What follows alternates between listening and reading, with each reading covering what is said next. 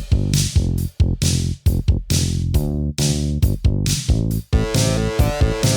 got you into a Remington party. What's my thanks? It's on the hallway carpet. I got paid in puke. Lick it up, baby. I got paid in puke. Welcome to Paid in Puke, the podcast where we discuss female-driven films through an inclusive feminist lens, with the help of the 1988 film Heathers. Paid in Puke is hosted by Jessica Baxter, Amy Green, and Christina Barr. It's also a spoiler-filled free-for-all. You've been warned. On today's episode of Paid in Puke, we're exploring Yorgos Lanthimos' 2023 fantastical comedy Poor Things, starring Emma Stone, Mark Ruffalo, Willem Dafoe, Margaret Qualley, Rami Youssef, and Christopher Abbott. Tony McNamara wrote the screenplay adapted from the 1992 novel of the same name by Alasdair Gray. Poor Things tells the story of Bella Baxter, no relation, a reanimated young woman who experiences a uniquely autonomous life when a revolutionary scientist implants in her the brain of her unborn child. I'm Jessica Baxter. I'm Amy Green. I'm Christina Barr. And joining us all the way from the Windy City to discuss this absolute banger is writer, comedian, media scholar, and divorcee Megan Metzger. Megan, welcome to Paid in Puke. Thank you for having me. I'm so happy to be here. Would you please tell us why you chose this film to discuss? I chose it because when I saw the list, I was immediately drawn to it because it was funny. I could immediately see the parallels between Bella Baxter and Veronica Sawyer and also Duncan and JD. That kind of struggle between heteronormative relations. And also as someone who has recently been liberated from the trappings of those heteros. I felt like I had a lot to say on that. Mm-hmm. A lot of my work in my graduate studies had to do with gender and media and that history of when women were allowed to leave the house. And by women, I mean wealthy white women. Yeah. It was the only ones worth studying, I guess. Learning that history and seeing this possibility of agency, but not actually because you're bound by all of these arbitrary, ridiculous, constricting rules that negate the point of going out into the world and discovering and experiencing and finding out who you are. And I love to see Bella being able to do that. Abandoning that bullshit and then see this happy ending that she had. I thought the movie was a triumph. I was delighted by it. I thought it was weird. It was a great time, so I was really excited to talk about it. That's awesome. I agree with everything you said, and I'm very excited to hear about the Heathers comps because I had not drawn those connections, and that's really fucking cool. It's pretty deep, huh? But first I'm going to do a little background about the film. Poor Things premiered at the 80th Venice Film Festival on September 1st, 2023. It won the Golden Lion there, and then it grossed $117 million worldwide against a budget of $35 million, so that's pretty good. It received many accolades, including 4 Academy Awards and 5 British Academy Awards, which are different. That's the BAFTA. And Stone won Best Actress at each ceremony. The other Oscars it won were production design, makeup and hair, and costume, which is all very fair. Yeah. Yorgos acquired the film rights from Alasdair Gray in 2009. The author passed away before production began, but he was very excited at the time about Yorgos making it because he really liked Dogtooth. Love Dogtooth. A great one. And then while he was filming The Favorite with Emma Stone, he talked to her about the project, and the success of that film gave him a little bit of a carte blanche to make Poor Things the way he wanted to. And Stone signed on as co-producer, which is very important to note when we get into the brain tumor for breakfast section about some critical response, but she had a lot of creative input. And they got a lot done during pandemic. Did all the casting, a shit ton of pre-production at that time. And I just want to read a little quote from Emma Stone about why she wanted to do this role. She says, it's such a fairy tale and a metaphor. Clearly this can't actually happen. But the idea that you could start anew as a woman, as this body that's already formed, and see everything for the first time, and try to understand the nature of sexuality or power or money or choice. The ability to make choices and live by your own rules and not society's. I thought that was a really fascinating world to go into. Yeah. That's like one of my favorite things about this movie is the sexuality of it. Like, what if you just came into your own sexuality completely organically without any influence? Yeah. And it's just like, oh, wow, this feels amazing. Everybody needs to try this. And I have no shame about it, Yeah. Bella discover happy when she wants. You are sour-faced, but I fix you. Oh, no. Just wait. It takes a moment. She grabbed my hairy business. Bella have discovered something and must share. What? What if No. you come with me? Bella. Bella, cease working yourself immediately. What? In polite society, that is not done. Just do not.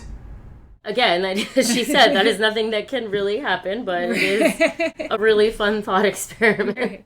Christina, what were your initial impressions? I love Emma Stone in this.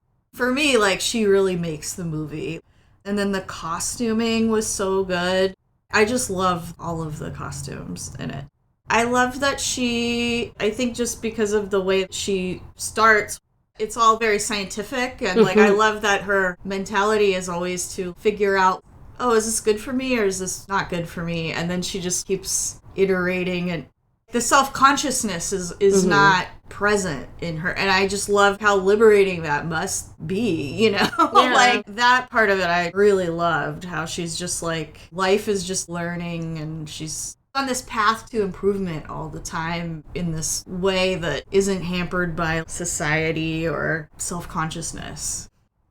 I do love that comp of her being a scientist, basically, from the get-go, and so she doesn't really get hung up on her own mistakes, either. She's like, well, that was a learning experience, and we'll move forward from that. You love me, I love you. Describe the elements I should be looking for within myself to be sure. You just feel it or not. So it is no evidence base, as God would say. So how judge it empirically? What the fuck are you talking about? Who are you? You don't know what bananas are, you've never heard of chess, and yet you know what empirically means. Bella wants a drink. Said twice now. I've never felt anything like this. Is this true for you? I suppose empirically it is. I actually remember when Fern in particular, when she was little, she had a real scientist mentality of like just doing experiments all the time. And it is the kind of thing that society can't wait to squash in girls in particular. So it's funny that her paternal figure, from the outside perspective, is not an ideal father, but when you look at it, the way he's allowing her to be herself in the name of science, and he actually does have a lot more empathy than he gives himself credit for. It's really interesting. Right. And he's interesting, too, because he comes from such a horribly abusive background himself. Like, all the things his father did to him, is fucked up. That he cast off as, like, a nonchalant. Right. I'm going to venture to suggest you are upset by Bella's absence. The sobbing I hear at night. Good God, man! You tattle like an imbecile! She is gone! I am a man of science. I just need to engage in and continue the project. That is all. I must go on to the next thing. Our feelings must be put aside. Do you think my father could have branded me with hot irons on the genitals the way he did if he could not put science and progress first?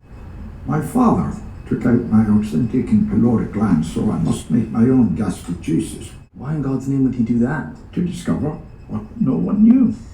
Turns out we need them ideally. Turns out you need them. Like his whole body is scars and the most casual, here's some random crazy fucked up thing my dad did to me. Yeah. Why are you funny thumbs, God? Once when I was very small, my father pinned my thumbs into a small iron case to see whether he could retard the growth cycle of bones. Now, the pain was so great, to stop myself from weeping, I would stare deeply into my other fingers and simply by observation begin to parse out the epidemiological elements. When he came back, to his surprise, I was smiling. Good God. He was a man of unconventional mind. Like the genetic trauma that is passed down, where it's like, well, I can't really complain about what you did to me because what your father did to you was completely unspeakable. You see that in the way he can't eat. Yeah. He can't have sex. Right. He looks the way that he does. Have you thought of growing a beard, sir? I look like a big dog in a cravat. Kids like dogs. These are all these manifestations of a cruel father or what like patriarchy can do to like it affects everybody. Yeah. Definitely. When he was talking about all these horrors that his father committed upon him, he did it with such reverence until the end where it's like, well, he was an idiot. Right, yeah. My father once told me, always carve with compassion. He was a fucking idiot, but it's not bad advice. I appreciated that. Yeah, I think he kind of learns that through his own parenting, which that's kind of a true to life comp of like the traumas that you try to avoid passing down to your kids. You come to learn the extent of them and the damage it did to you, and you do lose some reverence for your own parents in the process. And I read your cards and letters home and watched you fearlessly create Bella Baxter with wonder. I am finding being alive fascinating, so I'll forgive you the act. But always hate the lies and trapping that followed. Understood. Good to see you. You too. Well, it humanizes them, right? Yes. Does anybody have any hot probs? Shut up. Hot probs is on. Oh shit, yeah. Like, not really. Like, this movie is pretty killer, and I've watched it like a bunch of times. Matt loved this movie. Matt and I saw it before we saw it together. It's so breathtaking, you know. That's what he was just like. Yeah. I think we saw it twice before I saw it again with you guys. Like, we saw it in the theater a few times. It's so good. I don't know. Yeah. Yeah. The Oscars often get things wrong, but that was one where I was just going to like riot if they didn't give him all the production awards that it was nominated for, because it's still, even on like a small screen that I watched for this pod, it was pretty breathtaking. All of the scenery and the detail and everything tells a story. Like I was reading about the costume designer saying how her costumes are telling the story of Bella's development, and that's such an interesting detail to put into it, and it just makes it such a whole story. Yeah. Also, the title cards are so beautiful. I want to get one of the London one, you know, to put in London's room or something. Oh my God, cute. Baxter, you were mentioning when we were corresponding earlier as far as the consideration of hot probs, and you had mentioned the critiques the film received, having contention with that. Yes. I agree with you. The discourse when the movie came out, like everyone is turning into a scold and a prude. And, Yeah. And this movie has to be sexually graphic. If she is experiencing sex the way that sex should be experienced, then it's going to be graphic. Yeah. Like, and we're adults. It's okay. We can watch a woman fuck with abandon. It might be good for us. Yeah, it might, right?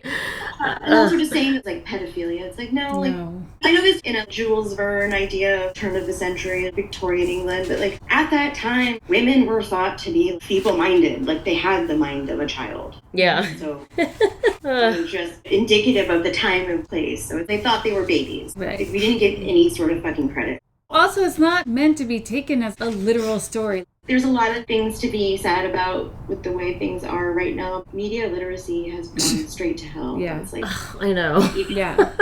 Yeah.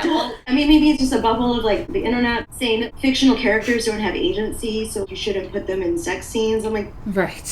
What? Right. Oh my God. They're doing stunts right now. It's stunt work. They know what they're doing. It's okay. Just pretend. It's fine. Yeah, there's like the Last Tango in Paris situation. No one worried about that at all. But like when the lead is also the co-producer and has all kinds of autonomy, both with their character and in real life, and people are taking issue with it. It is so fucking weird. I don't even remember who it was, but I almost started yelling at someone because they wouldn't stop saying it was too much sex and it was too graphic, and also the thing about that she's a baby at first, and it's like, she's not a baby. This is not literal. This is not a literal story. This is a metaphor. Have you ever heard of it? Right. It's just pretend. Right. That's not really her baby's brain in her. And to me, like, another big problem with media literacy and social media is that now you see it in movies so much where essentially you have a character looking at the camera to say, this is what's happening in this movie. Yeah. And I'm like, sorry, but I feel like that's the thing in Barbie. It's literally impossible to be a woman. I feel like the filmmakers feel the need to explain the movie to you. Yeah. Like, yeah.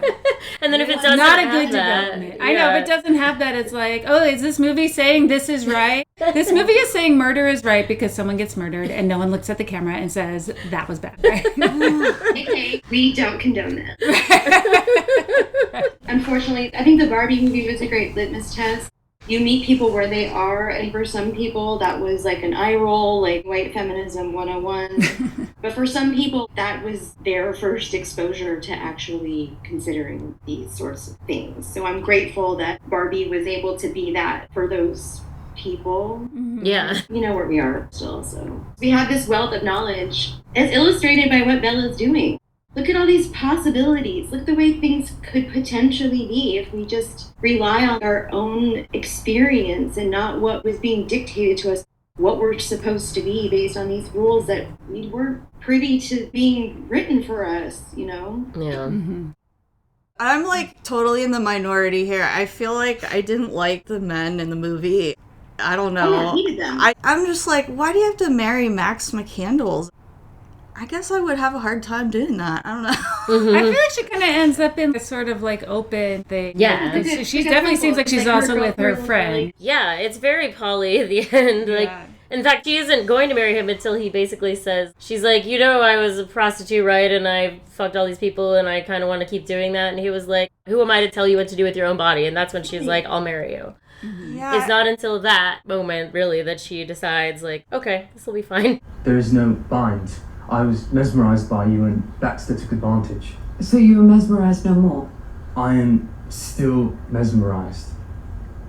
I've been a whore, you understand? Cocks for money inside me. Does the whoring thing challenge the desire for ownership that men have? Wedderburn became much weepy and sweary when he discovered my whoring. I find myself nearly jealous of the men's time with you, rather than any moral aspersion against you.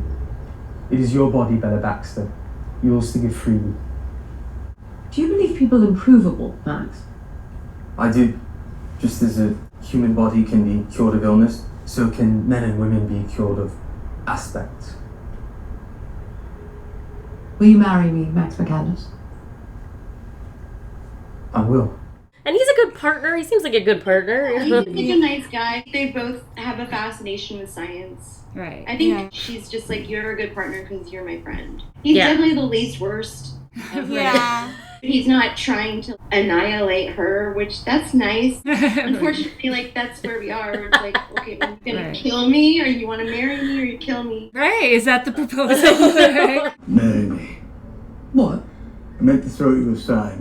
A few months and send you packing, but I could not. Say you'll marry me. No one's ever captured my heart. You have. My hand has taken by another. You ran away with me from him. I'll fucking throw you overboard.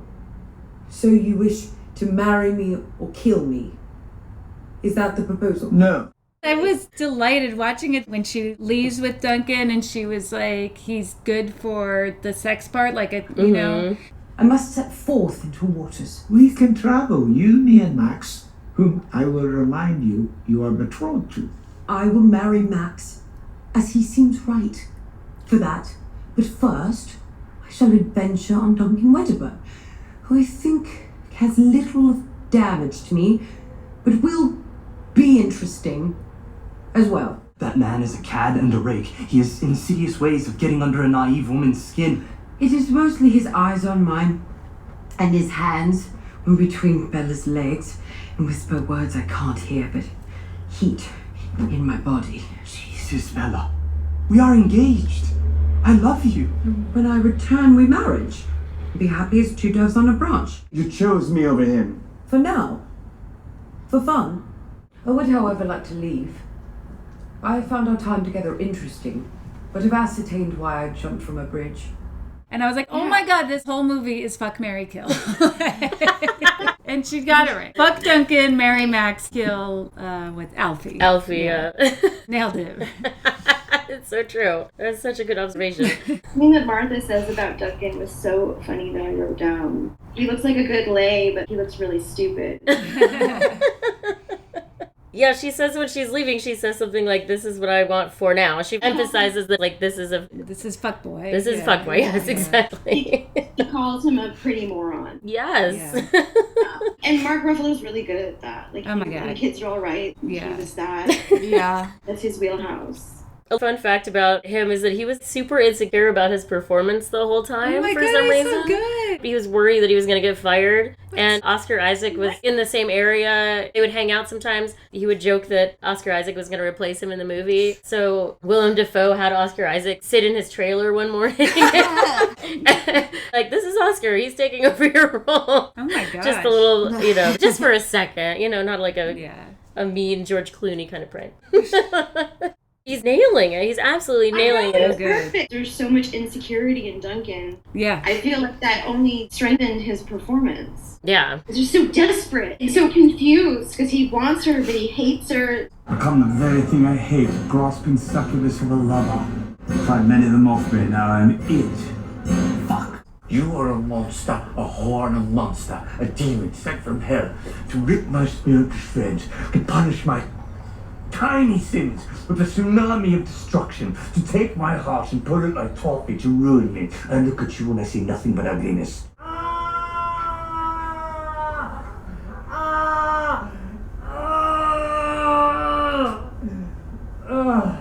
Go home!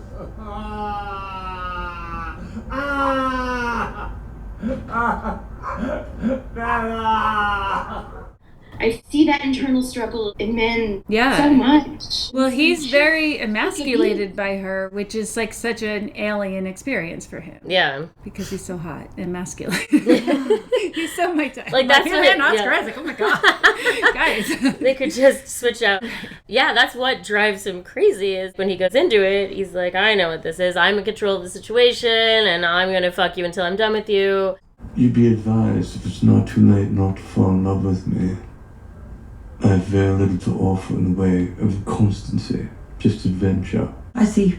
And she's not there for that at all. He tells her this isn't going to be a long-term thing, and she hears that and acts accordingly, and he expects her to fall in love with him, and then when he falls for her, it drives him insane that she's like, you said this was temporary, so that's how I'm acting. Obviously he's not a good long-term match. I know it's like not a real thing that can happen and all that, but like in the beginning she was pissing on the floor and can't really walk or talk, and then Duncan comes into her room and she's like blowing bubbles in a closet and he fondles her. Good afternoon, visiting man. Want my hat? Would it suit me? Yes! It's foolish, Gertrude. I had to meet this woman who would inspire such a contract of marriage that imprisons her. What you mean? You shall live here, travel with Mr. Max McCandles and Baxter abroad, but not go forth in the city. I see. They love me, Tate. I understand why. I have to pinch you to see if you're real. You're not fit. Who is you? Mr. Duncan Wedderburn. I know they say she's progressing quickly or whatever, but I still was like, oh, I don't know. Like, I feel like that's more of an indictment on Duncan because he's like, this infantilized lady is my type. It's like a Lolita thing, right? Yeah, or like a virgin slayer, know. Like. Yeah, I don't know. And then I also, didn't like that part. Babies aren't the only people that have to learn to walk. Anyone with a brain injury has to relearn things. Yeah, she's brain damaged. But she's not damaged. She just has to go through the... Yeah, I know. It's just like, I know it's not real. I just have trouble. I don't know, man. I don't know. It was just my feeling. Yeah. I think your feelings are valid and this is the only answer. Thank you, Yo-Yo. Because I think there had been some time in between us seeing her piss herself or whatever. Like, she was rubbing one out. Oh, yeah. She does rub one out before Duncan. So I think she was putting it out there. She's ready to see where this thing goes. She was ready to see color. Oh, yeah. Black and white. And it does literally change. Oh my gosh, I love that. I love The Wizard of Oz. We see the light. I guess Pleasantville did that too. I see the potential for what the world can be. Earth-shattering and color-making. Orgasms are a big part of it. Also, been like, I have experienced orgasms where synesthetic, where like you see color. Oh, wow. Ooh. Pretty cool. That's awesome. I haven't heard of that. Yeah. I gotta look into that. Man didn't do that. Next call. I just like this quote from Yorgos. His response to people overanalyzing. He's like, it's a unique form of suspension of disbelief. I see that. I have so much trouble with suspension. I don't know. I have trouble with that. And it's just my... valid. And I think it's valid to be like, I don't dig where it's like brain of a child fucking an adult. This is why this is not working for me. Right, and I think what you're saying is valid too. Yeah. That's how you feel, then like that's valid. The person I got mad about it was a man, and it wasn't just that part, it was the whole thing. It was like, there was just too much fucking, and I'm just like, what do you mean? Well, that's like kind of why I wanted to see it. Yeah. Is because I had read this article about how she's like totally free. And I think society puts a lot of shame around women and sex. And I was like, I gotta see this movie. I wanted to see somebody like that. The language that she would use, like the directness of her language. Mm-hmm. Oh, I love it. The cracks start to appear between her and Duncan. He was mad because she went off again somewhere on her own, and he was going to go down on her. A man was teaching me chess, and he said he thought I would probably have the softest skin he had ever touched. And I said, if I did, it would be the inner thighs to test, as that is where the epidermis is at its most fine. So we tested, and it was the softest ever. What of the tongue play you were about to perform? Is that not happening? Is that not happening? Is that not, I think "Is that not happening" was my favorite line in the whole movie. That Like, was I hilarious. say that a lot. Like, is that not happening? But then also it was like something about some other guy went down on her, and she was like, just because he went down on me doesn't mean you can't. Did you feel his jumping? No, he just fast-licked my clitoris. You too may tongue play me, so I'm not understanding this complicated feeling. Or when she first has sex for money, and she's like, she's like, which now you're going to explain to me is bad for some reason. Fuck! You hoard yourself. That you are now going to explain to me is bad. Can I never win with you? It is the worst thing women can do. She's like, it was brutal, but in a strangely not unpleasant way. I really like that too. It was brutal, in a strangely not unpleasant way. Sort of a spectrum of sexuality. The brothel scene is so interesting to me because she experiences all of these different types of lovers, and and then she's able to really figure out what she's into based on that. In kind of an experimenting way where she doesn't have baggage, you know. He would pay me for this. If you need money, it is the shortest route to it. I've never been cocked by another man, and yet I've wondered on that. And I'm in need of funds. It is, I believe, a confluence of circumstances I regard as almost fate-like. Let us do this. She doesn't have to date all these people. She just gets right down to it. Yes, that's for me. That's not for me. She's a scientist. Like, yes. Yes, she's doing the field research here. Yeah. We must make money. But more than that, we must experience everything, not just the good, but degradation, horror, sadness. This makes us whole, Bella. Makes us people of substance, not flighty, untouched children. Then we can know the world. And when we know the world is ours. I want that. I love that she optimizes with the different Johns. You tell me a childhood memory, souvenir d'enfant. Then I tell a joke, toc toc.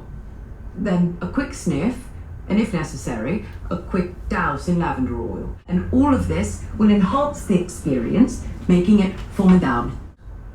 Je suis tombé de mon vélo. When you were little in Greece, you fell from your bicycle. J'ai commencé à marcher. Puis, il a commencé à saigner. Blood dans ma leg. Je ressentais une joie intense. You watched the blood with joy. Oui. Knock knock. Qui c'est? Fromage. Fromage qui? Cheese to me to you. You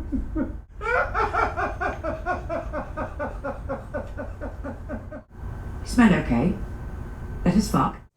Like, she's like making it better for herself. And when she's proposing that, when Swiney tells her that some men enjoy that you do not like it, and Bella's like, what?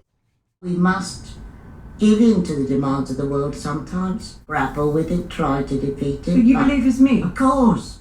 But some men enjoy that you do not like it. What? That's sick, but good business.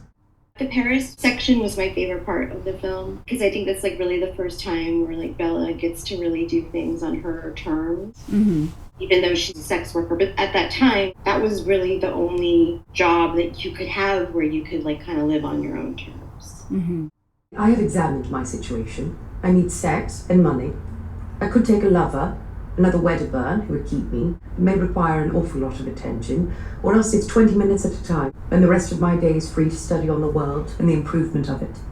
Hence, I seek employment at your musty-smelling establishment of good-time fornication. A woman plotting her course to freedom.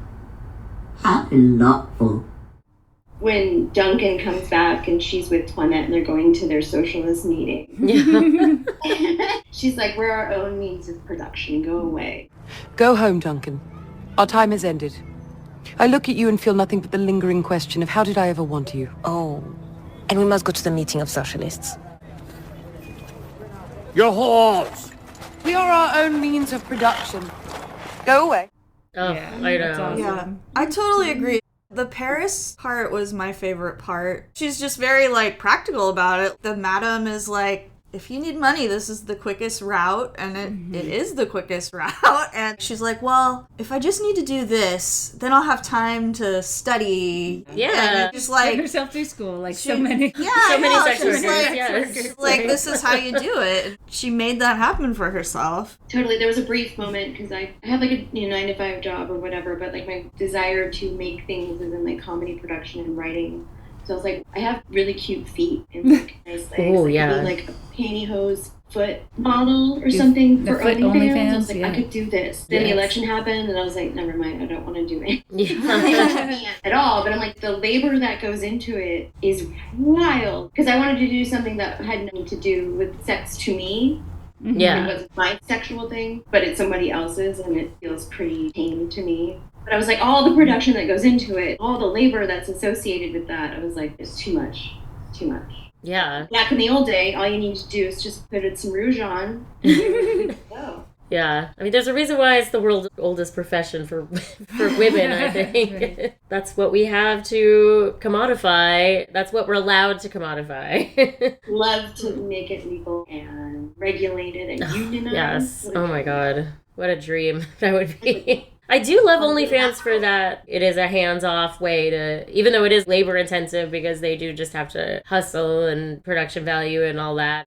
But at least they're able to do it from their house on their own terms and their own time. And it is a little bit more liberating, even though it has a long way to go. Exactly. Did you have a brain tumor for breakfast? The Brain Tumor for Breakfast segment is where we quote some really idiotic reviews about the movie. And a lot of them seem to ignore how much agency Stone had in making the movie. In a lot of ways, the producer has more control than the director sometimes. And in this case, I really do feel like it was entirely collaborative. Yeah. But for some reason, a lot of people think that just fucking equals misogyny. It seems. I don't know. Andrea Dworkin. Janine T. Abrams said it reminded her of Girls Gone Wild, where some perverted man with a camera would get college girls drunk and film them running around having sex with anything that moved. I That's can't. pretty dumb. That's a bad take. I wish Girls Gone Wild was as beautiful I know, to take right? in as poor things. Girls Gone Wild, the production value was very poor. The lighting was awful. And I don't think any of those women got paid. I would imagine that Emma Stone did not have to be coaxed to set with shots of Southern comfort. Definitely not. Let's see. And then Rex Reed with The Observer. Jesus. We love Rex Reed. How is he still alive? I didn't know he was still alive. Mario Cantone does a great impression. It's just like such a deep cut impression to have. Hello, I'm Rex Kinraid. And I'm Bill Getzrat. And today's classic fairy tale review is The Frog Prince. Well, all I can say is this story is enough to make somebody croak, all right. This princess drops her golden ball into a pond, and this frog offers to retrieve it if she lets him move into the castle. Well, you'd think she dropped her brain into the pond because the dame says yes, when all she had to do was go to Toys R Us for another one. He says, its laughable claim to deliver a fresh take on a woman's tortured odyssey to liberation and self-discovery serves no other purpose than extracting admission money to experiencing something you've never seen before, and is nothing more than pumped up poopery. Poopery? What does that guy What does that even mean? Poopery. Poopery. Word salad right there. You just really couldn't let go of the alliteration So on that embarrassing. one. Ugh, and then it gets even more gross. He says, Bella's craving for more sex leads to an experimental plummet into sex work, which gives Emma Stone a buffet of opportunities to spread open her legs and reveal more than her acting ability. Yeah, we saw her vulva. Yes. We saw the canal. We saw it all, right? I know. Right. And now you're going to explain to me why that's bad. She embraces every negative emotion, stark naked, devouring raw oysters, and rutting like a pig. When? How? God, ugh, I hate him so much. In an intense orgy of gluttony and self-indulgence that has driven a lot of reviewers, speak for yourself, to foam with preposterous platitudes. What is here with him and his P alliteration? He's on his bullshit about P alliteration in this thing. He's having a lot of fun with that review. I sort of want to see, like, what is the kind of thing that he likes? Like a modern movie that he likes is probably so dumb. I want to read each nominee off, and I want to get just a quick reaction, a sentence, even just a word. Call Me by Your Name. Terrific movie. Sensitive, beautifully made, very rare to see a coming-of-age movie with that much class and that much taste. Darkest Hour.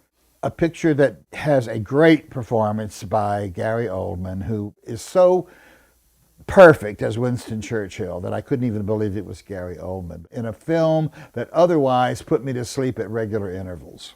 Dunkirk. Hated it. Get Out. Truly one of the worst movies I've ever seen. I thought the whole thing was just an enormous clumsy bore. I didn't care if all the black men in it turned into robots. What is that movie about? That thing's airtight. There's no hole in it. It involved me emotionally in no way at all. The Post. The Post is my favorite movie of the year. I think it's a great movie. You have all of these kids making movies today, but they can't compare to a real pro like Spielberg. The Shape of Water. Well, I hated that. Was there anything that's not on that list? Oh, yes. And Where is I, Tanya? This is a terrific movie. I expected nothing, and I ended up being not only royally entertained, but educated. Are you going to watch the Oscars? Oh, I always do. Yeah. I love to watch the Oscars with a club sandwich in bed. This is so perplexing. Bennett Campbell Ferguson of the Willamette Week. I just get that a lot because I think we live in the Pacific Northwest. That one comes up a lot. Emma Stone experiences a feminist awakening in ways that only a man could write, like making love to Mark Ruffalo and working in a brothel. And that is like 100%, and now you're going to tell me how that's bad. Right. Man. What? Only a man could write about fucking a super hot guy, you know? Like, what? Oh, my. Okay. I think I could write something like that, honestly. Way ahead of you, right. Bennett Campbell Ferguson. And then this one was from the New York Times, Manola Dargis. Mostly behind a paywall, which I did not pay to read, but the snippet on Roddy T was, "It isn't long into Poor Things that you start to feel as if you were being bullied into admiring a movie that's so deeply self-satisfied there really isn't room for the two of you." Oh, God. I feel like maybe Yorgos, his movies bring this kind of reaction out in a lot of people, but I respect that he really only makes movies that he wants to enjoy, wants to see, and he has all these people in it that want to be along for the ride. That is pretty cool. I feel like he definitely doesn't care how people interpret his stuff. Yeah. It's just not for everybody, you know, and like that's cool. Like I will always see his movies because they're always interesting. Kinds of Kindness was kind of hard for me because I felt like there was so much cruelty in it that was hard. But I mean, I still respect what he does. I feel like I have to rewatch The Lobster because I hated The Lobster, but I loved everything else by him. So I'm like, maybe I should give that one another chance. I really enjoyed The Lobster. He and Emma Stone have had such a fruitful professional relationship, and it's really fun to see film where that's happening. Not really seeing that as often as maybe you did like in the 70s or earlier times of film. Like I like to see art, and I like to see artists who enjoy working with one another. And I think Emma Stone has had such an incredible trajectory of her career. Like for the longest time, I always thought she was living the life that like Lindsay Lohan was supposed to. Because they seem like very similar to me, like especially with like Easy A and those kinds of roles that she was taking. But just to watch her grow, like she was such an artist in The Favorite and such an artist here. Like her physicality in this film is incredible. Incredible. I don't know if you've ever seen when David Bowie did The Elephant Man on Broadway. I've seen clips of it. But that physicality, that commitment, and making John Merritt come to life just based by the way he positioned his body, like it was really incredible to see. And I definitely saw parallels of that with Emma Stone's physicality and his performance as Bella. Like it was so incredible. Like the costumes, it was a visual feast. The combination of like her physicality and what she was wearing, I'm so enamored by it. Yeah, everything about it is so rich and fully fleshed out. She did take dance lessons, apparently, to get the movements. But then I also feel like the way she nails early walking and dropping the plates and kind of blinking when she drops the plates and all that early stuff of like learning how to move your body. Right. And the way she talks when she's talking like a toddler. Bud, blood.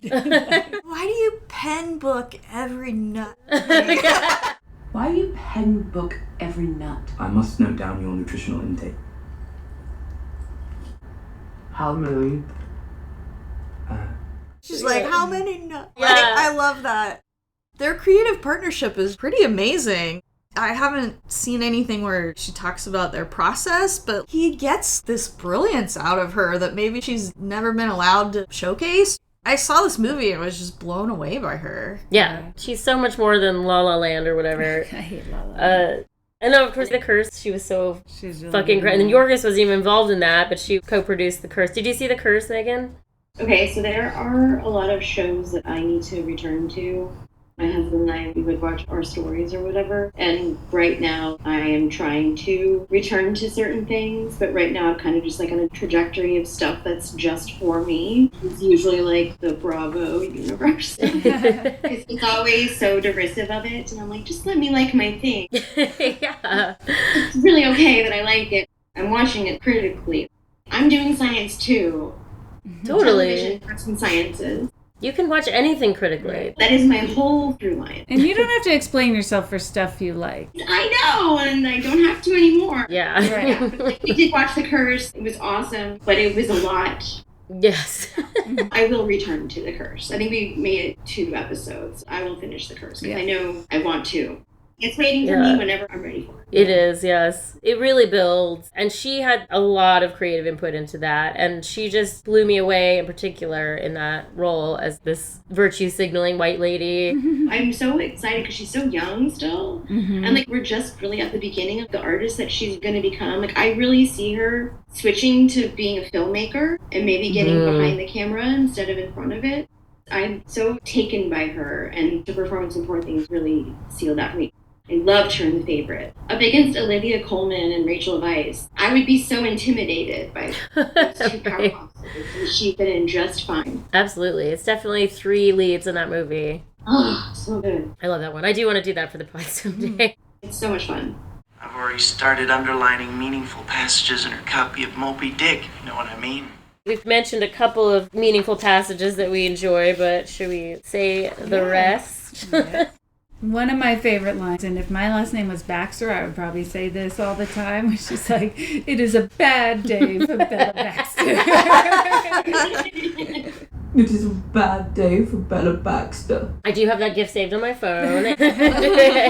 It is a bad day for Baxter. I just absolutely love having my name be in a movie that is actually a really great movie instead of people being like, oh, you're like the dog in Anchorman. You know how to cut to the core of me, Baxter. You're so wise. You're like a miniature Buddha covered in hair.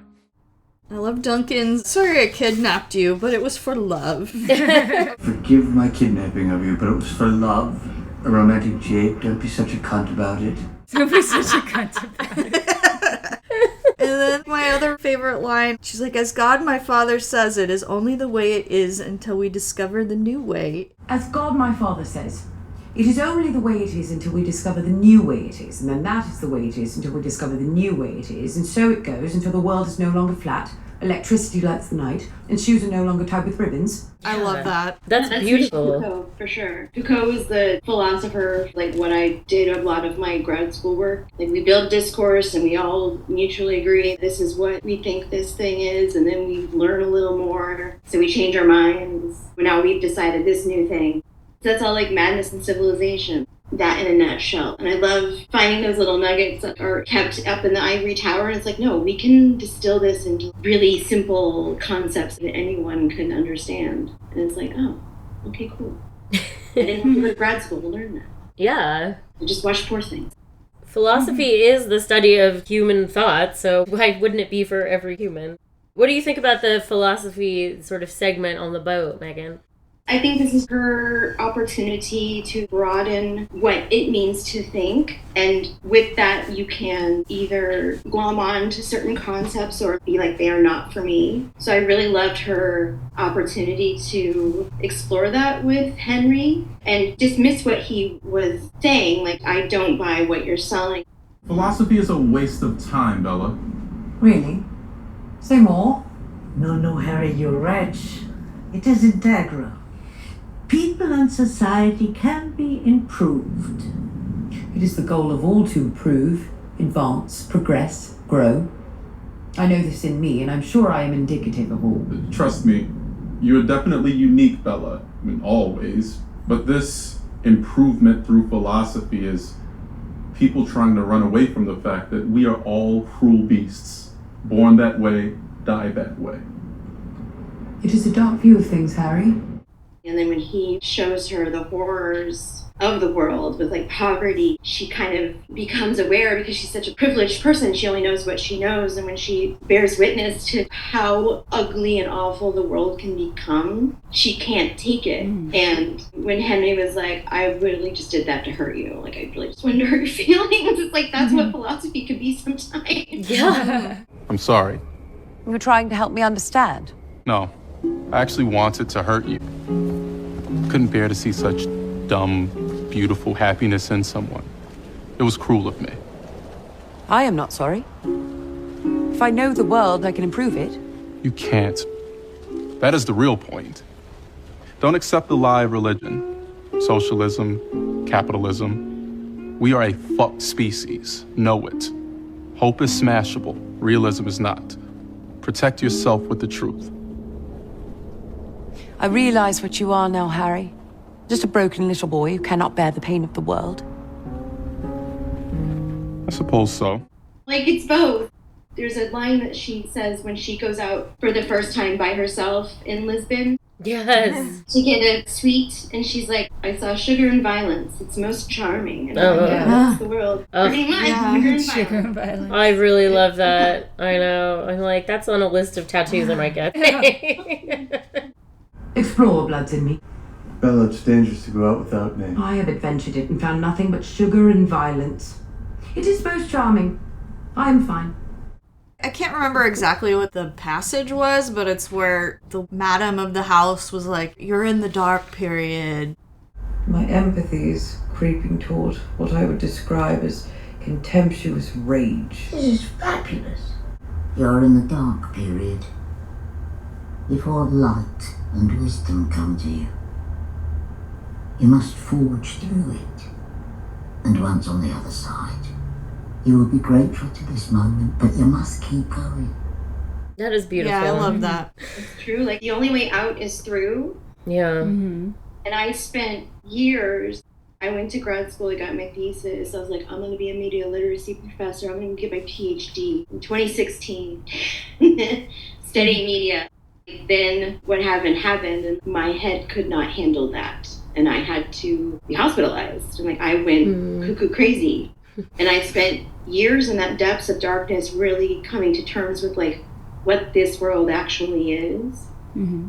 Just really feeling the agony in a way that no one could really handle, where it's like the world shows you through mental illness just the agony of the world and kind of gives you permission to be like, you can peace out if you want to. Yeah. And I was like, no, I will not. But I spent a lot of years just not really thinking or moving in darkness. And then I had to realize, I'm like, who am I helping? Who am I serving? Doing that. The darkness is inevitable. It's there, but you have to go to the light. And if you have any light inside of you, it is your responsibility to share that with the world, not hide it. That's what I do with stand-up and comedy production. I love just watching this journey. You don't want to expose someone pure and full of wonder to the real horrors of the world we're in, but that's the only way. You have to have both with you. And it's going to happen. You're going to discover it one way or the other. Yeah, we try to protect people. I remember the first time my little brother found out what a puppy mill was, and that fucked him up. Oh, dude, I'm so sorry. Puppy mill is terrible, but that is really just the tip of the iceberg. Right. It's really, that is what it means to be in this world. And Bella wants to be in this world. Yes. Oh my God. I love what Godwin says about why he didn't put her previous brain back in or reanimated her the way she was. Basically, all I knew about this woman was that she didn't want to be in this world anymore, and who am I to rip her from that piece? Right. I knew nothing of the life she had abandoned, except she hated it so much that she had chosen not to be. For in this Christian nation, suicide is treated as lunacy, a crime. Who was I to decide her fate? Exactly. I mean, that's just such an empathetic way of thinking about things, but he feels like he's being a scientist about it, but I'm like, no, that's empathy. Your dad probably would have just brought her back to life without thinking about that shit at all. It didn't even occur to him to take that into consideration. Speaking of her old brain and her life as Victoria, when I first see who Alfie is, it's like, oh my God, it's Charlie. It's Charlie. Yeah. I know. I love him. Charlie is the final boss. I want to see you every morning, and I want to make you a snack every night, and eventually I want to have your little brown babies, and I want to watch you die. That's all I ever wanted to hear. It was great. I loved that exchange. I found our time together interesting, but have ascertained why I jumped from a bridge. Unfortunately, my darling, my life is dedicated to the taking of territory. You are mine, and that is the long and short of it. I'm not territory. The root of the problem is between your legs. I will have it off, and it will not distract and divert you anymore. See, a man spends his life wrangling his sexual compulsions. It's a curse, and yet in some ways his life's work. A woman's life's work is children. I intend to rid you of that infernal packet between your legs and plant a seed in you straight after. Men, I don't know, they just kind of can't help themselves. Mm-hmm. She meets all these different kind of men, and they're different, but they're all kind of after the same thing, just to varying degrees of violence and annihilation. It's like, can you just let her be how she wants to be? Maybe you could do that for yourself. Yeah. He puts it pretty succinctly that he's in the business of taking territory, and she's territory. And that's definitely how a lot of men think. Right. I will leave at my leisure, but I am flattered by your desire to trap me. You're not the first. I will have to shoot you in the fucking head if you try to leave, darling. The front or the back of the head? The back. As to be sure you were leaving, and I was not being rash. Well, and also it's interesting because what little you get is that Victoria was a pretty awful person. You know, right. What were the things we used to do together? Traumatize the maid, be mean to the help. Yeah. The servants and I have not been getting along. I fear an uprising. Why was I sad you didn't want a baby? You know? Yeah. I am sure you will be as happy as you were before. As I was before when I threw myself from a bridge. I suspect you fell while looking for fish. I mean, we don't know the full extent to which she wanted to participate in those activities, but there's one little thing that I don't think I'd noticed before, where she's looking around her old room She just briefly traces her fingers over this blank page of pad, but you can see the impressions of the paper that was on top, and it just says fuck a whole bunch of times. It doesn't seem like she enjoyed that life very much, and it might not have just been because she was bearing this man's child. But yeah, she does ask the maid, was I a nice person? Tell me about myself. Was I nice?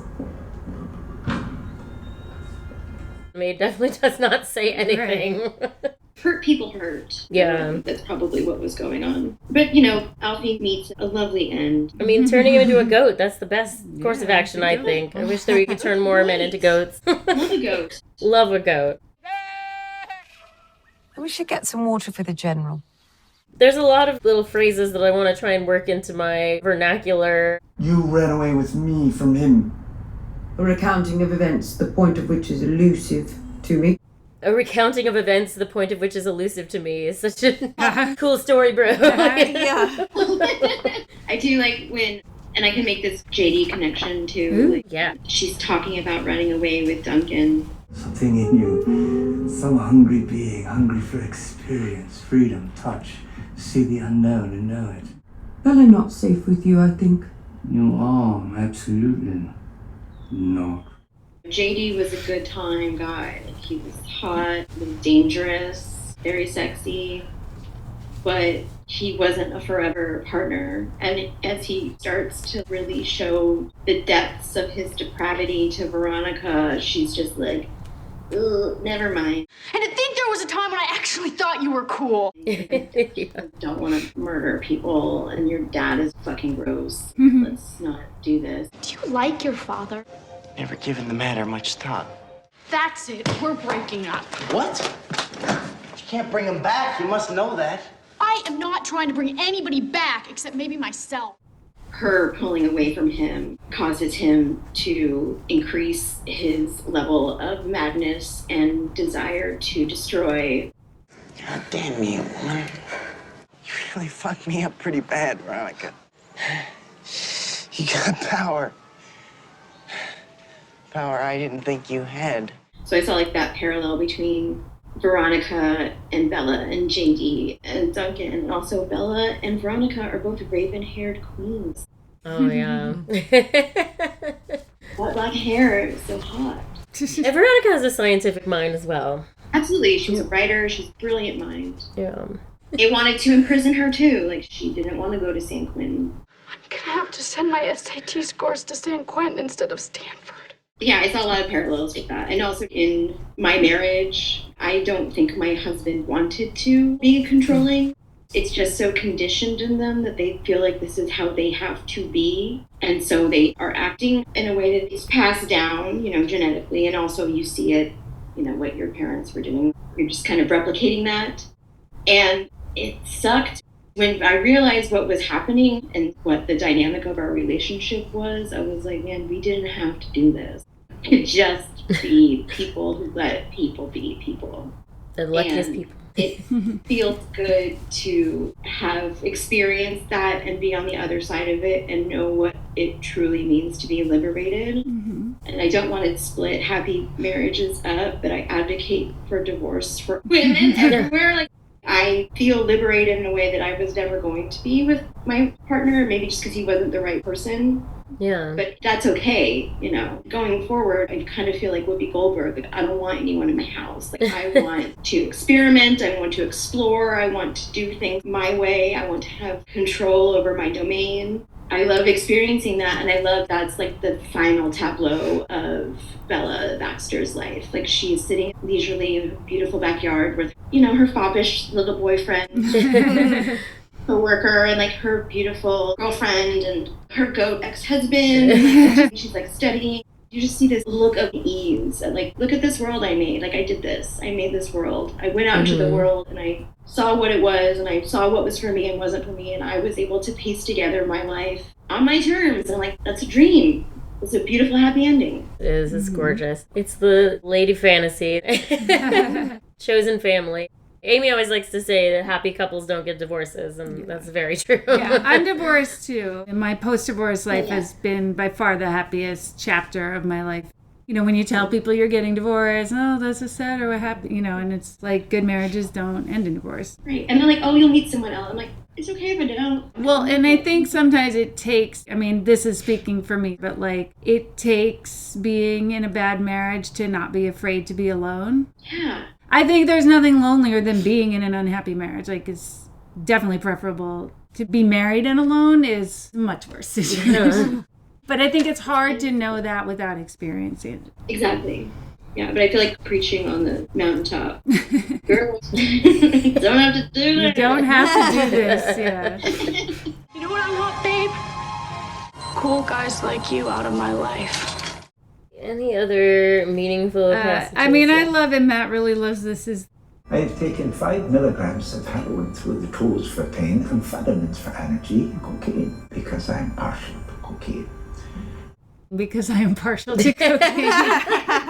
Matt says that a lot. I love that, yeah. He's very funny. Yeah, I love Willem Dafoe so much. I was just realizing he's in so many of my favorite movies.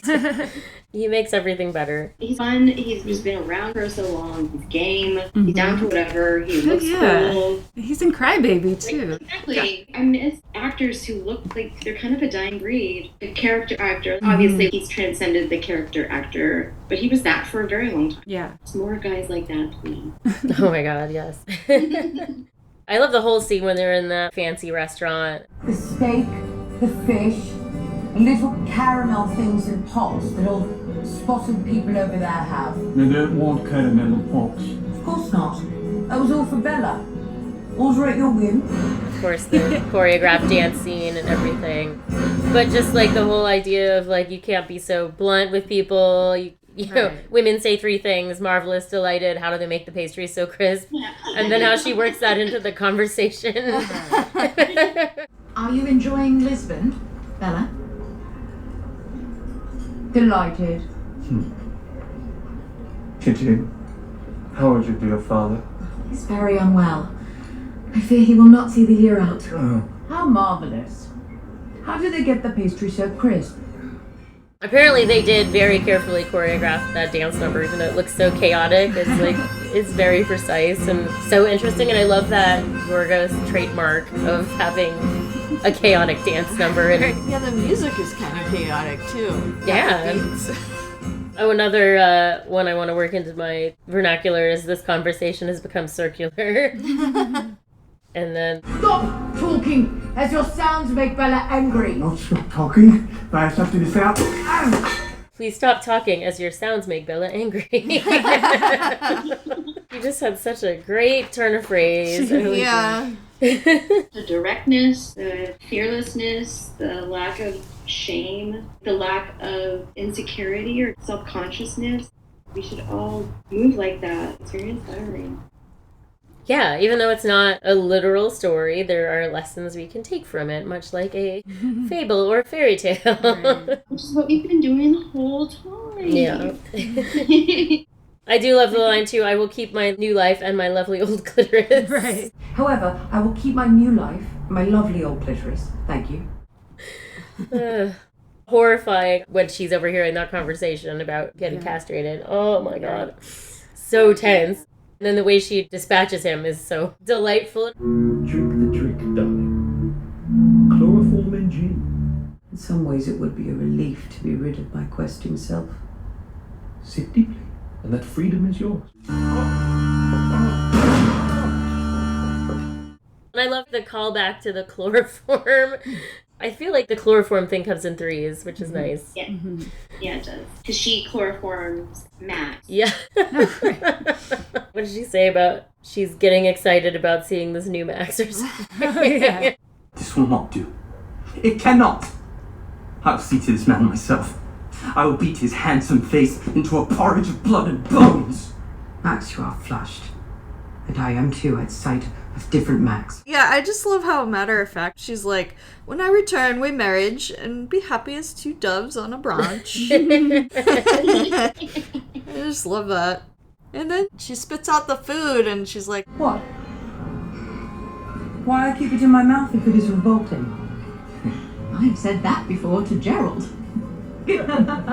Oh, because you mean his penis. why keep it in my mouth if it's revolting? And it's just like, yeah, how can you really argue with that? Yeah.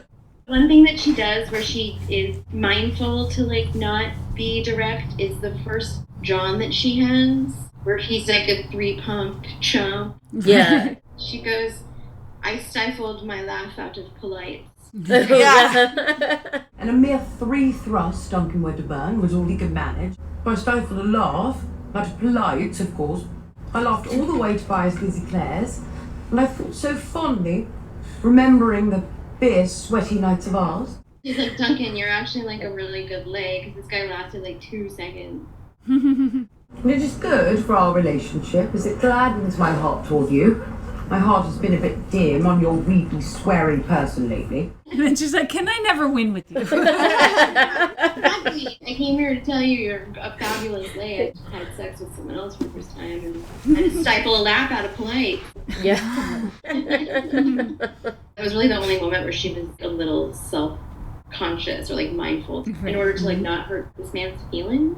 That's really the only time that ever happens. I don't think she's worried about hurting anyone's feelings at any other point. Yeah, I mean, maybe it's just because she was new to the profession, so she was trying to, go by the rules of the profession, which is like, this is a customer. And that actually kind of seems ideal in a way, if you're just trying to make the money. Yeah, for a quick buck. I do like formidable. That's really funny.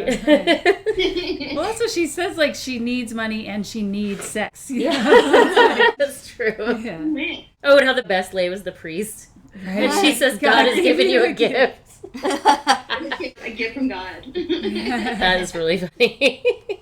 That was a cute reveal. I like that a lot. I just wrote down so many lines that I guess we can't say every line in the movie.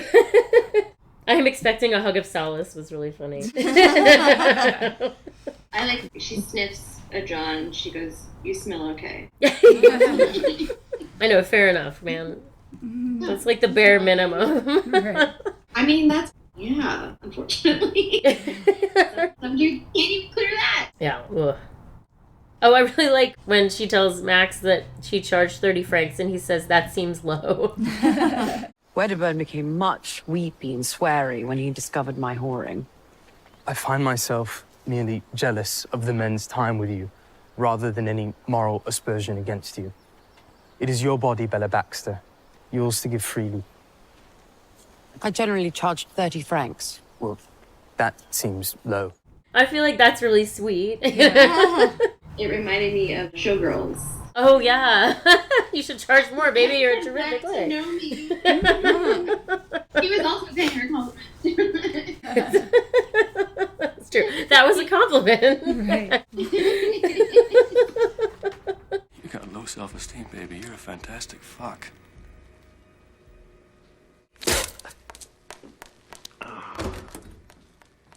I was paying you a compliment. Kindred spirits, Kyle MacLachlan and Showgirls and Bex. Yeah. Naomi Malone is not unlike a Bella Baxter. Oh my god, it's true. We stand Naomi. Showgirls is my favorite. Showgirls and Being There are my 2 favorite movies of all time. Wow. Wow. I love that. Can you draw comparisons between the two? For sure. I would say Chauncey Gardner and Naomi Malone are very similar. Well, I mean, they have very different intentions and they have different desires, but it is very similar. Like, they kind of come into this world and unknown. Like, she's Pollyanna. Yeah. He is a Pollyanna of sorts as well. They're both kind of naive to the world that they're in, and they climb pretty quickly to the top of it. And once they've reached that apex, her, the lead of Goddess, and him in the president's ear. Yeah. She leaves, and so does he in a way. Like very much a similar trajectory. Obviously, very different movies.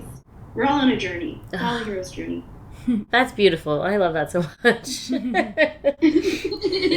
You're in the right profession, I think. Media literacy. I need to turn it into like an actual job. I'm not going back to academia because it's not there. I know, sadly. It should be. It's not where you help people, which was disconcerting to find that out. But like, people aren't interested in making the world a better place in academia. I'm like, then what are we doing, guys? Like, what are we doing? Find it through the power of podcast, I guess.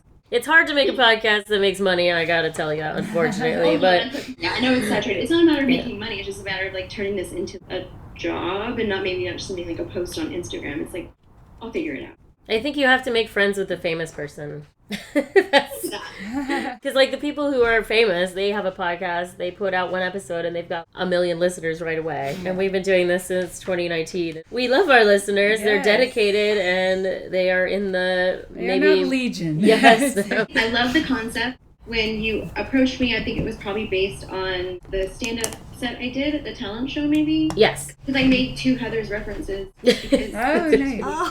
And my set was not about Heathers. I just mentioned Heathers because it's formative, much in the way that John Waters is formative to who I am. Yeah.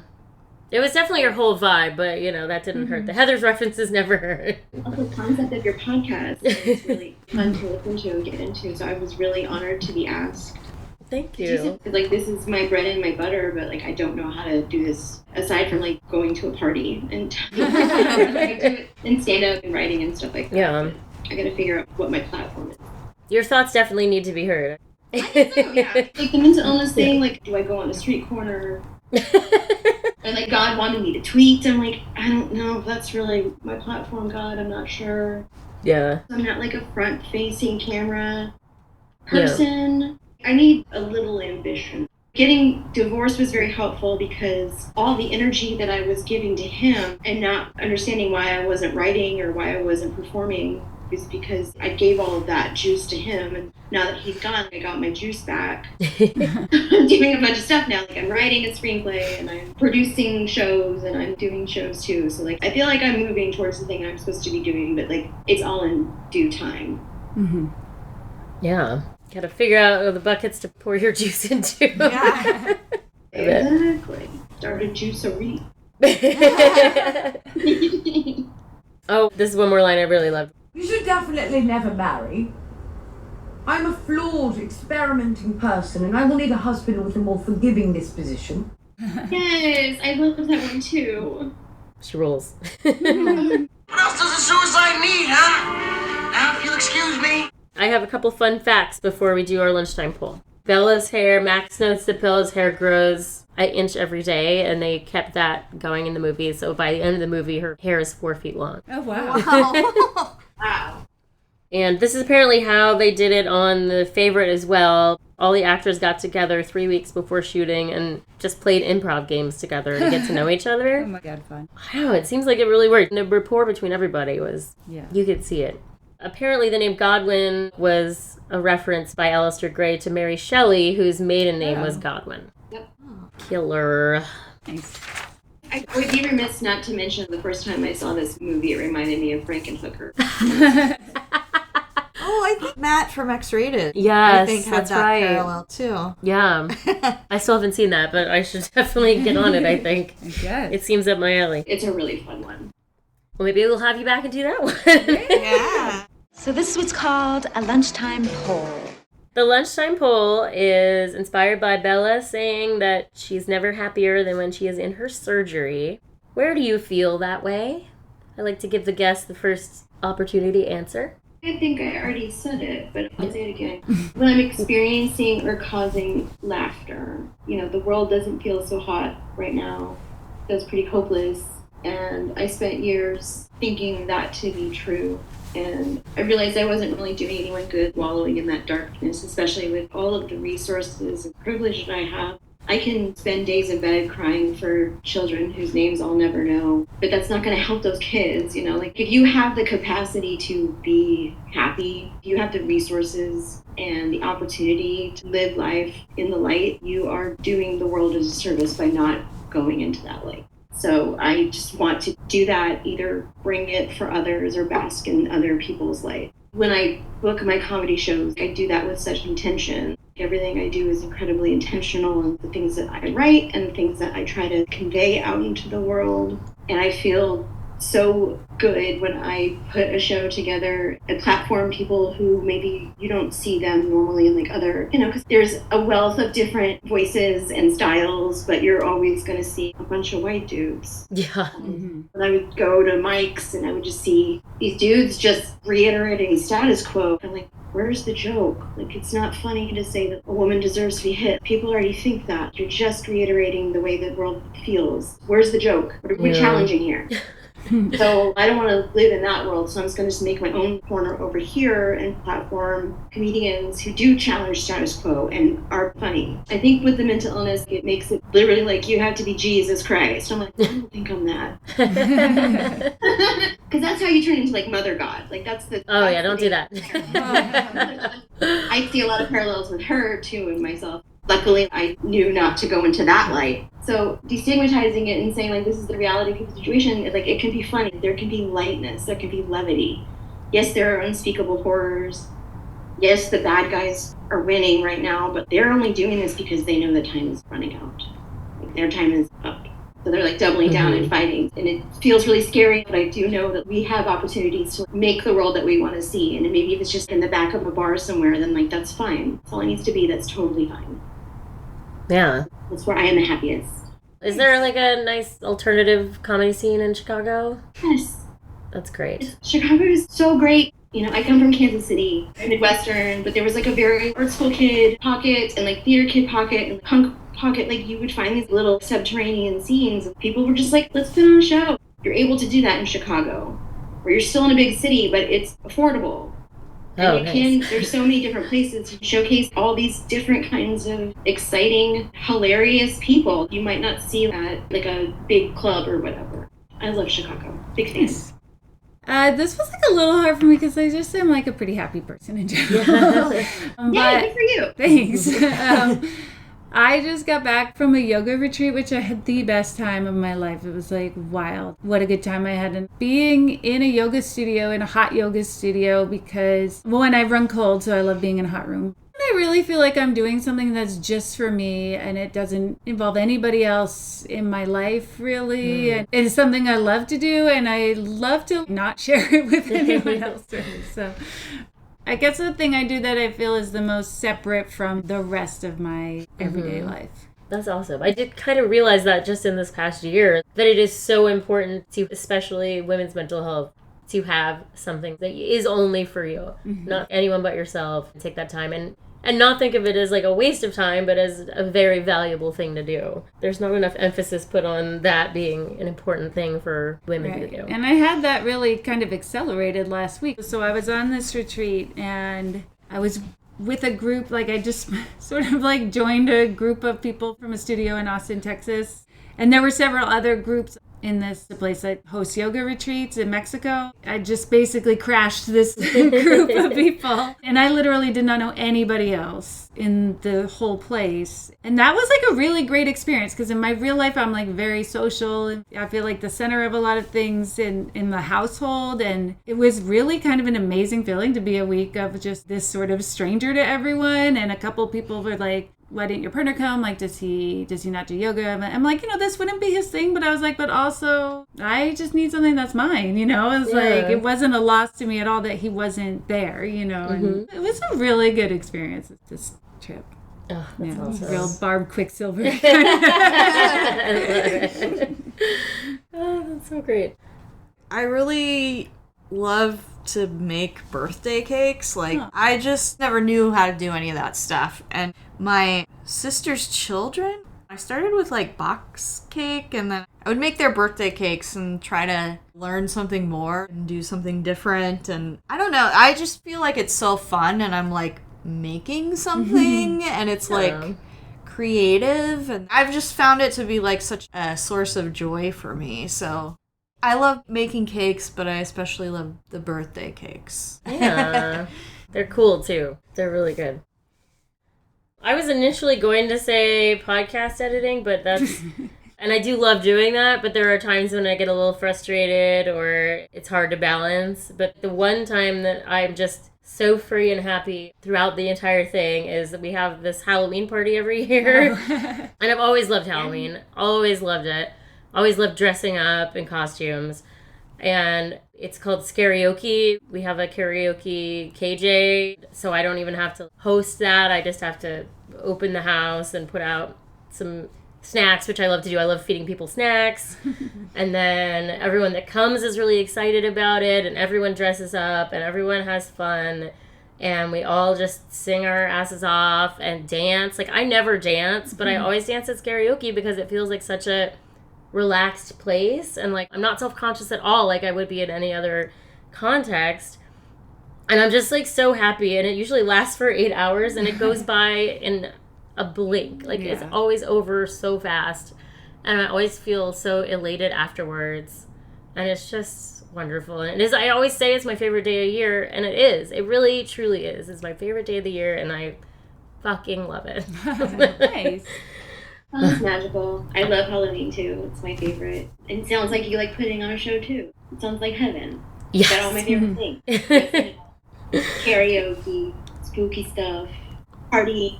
So many great costumes every year too. Like I'm just like, oh my god. That's what's so cool too, is I love it, but then I can tell that other people do too because of the effort that they put into the costumes that they do. So that's That always really... looked like Cam John Waters.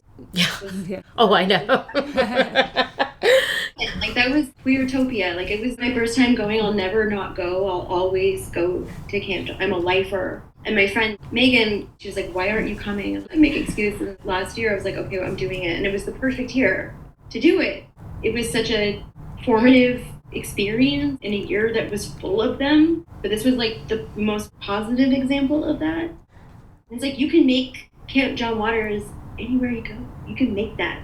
And Jessica, you make that with your Halloween party, and you make that with your cake, and you make that with your yoga, like in your own little corner of your room. Yeah. It's world making. We're making the world we want to live in, and not the world that's being like fed to us, that we're being subjected to. Yeah. It's so magical what can happen when you're just allowed to be. Yes.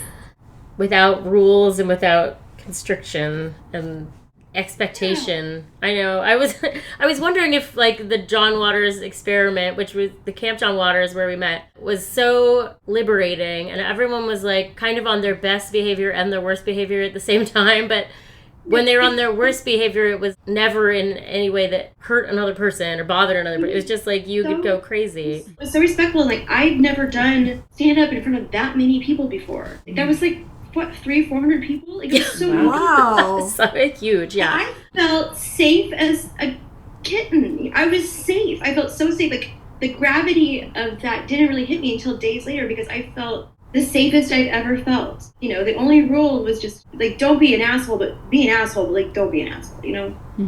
Don't be disrespectful. Yeah. But, like, be irreverent and be yourself. Show up however you're supposed to. And, like, I didn't have any instance of annoyance or like what's that person's deal, like that was never a thought.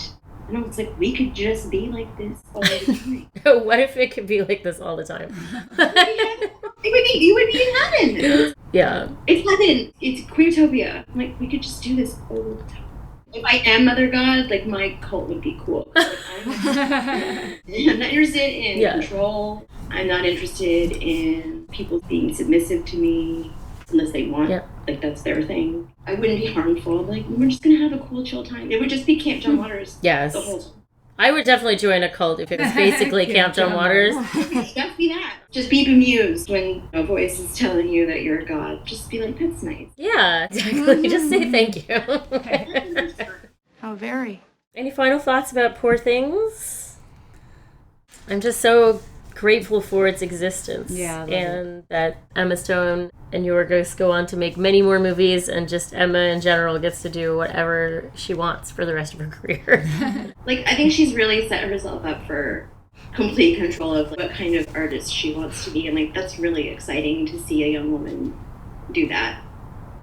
It is. It's thrilling. Mm-hmm. I just want my high school to be a nice place. Amen. Did that sound bitchy? Is there anything in particular you would like to plug, Megan? I don't know when this is being put out, but if you're in the Chicago area, I co-host a monthly comedy show called The Good Guy Show at a venue called Sleeping Village in Avondale. The next one is January 22nd, but if you just go to The Good Guy Show on Instagram, you can get that information.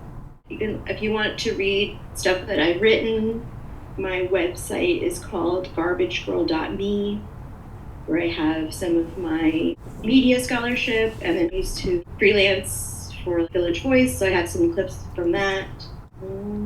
That's pretty much it.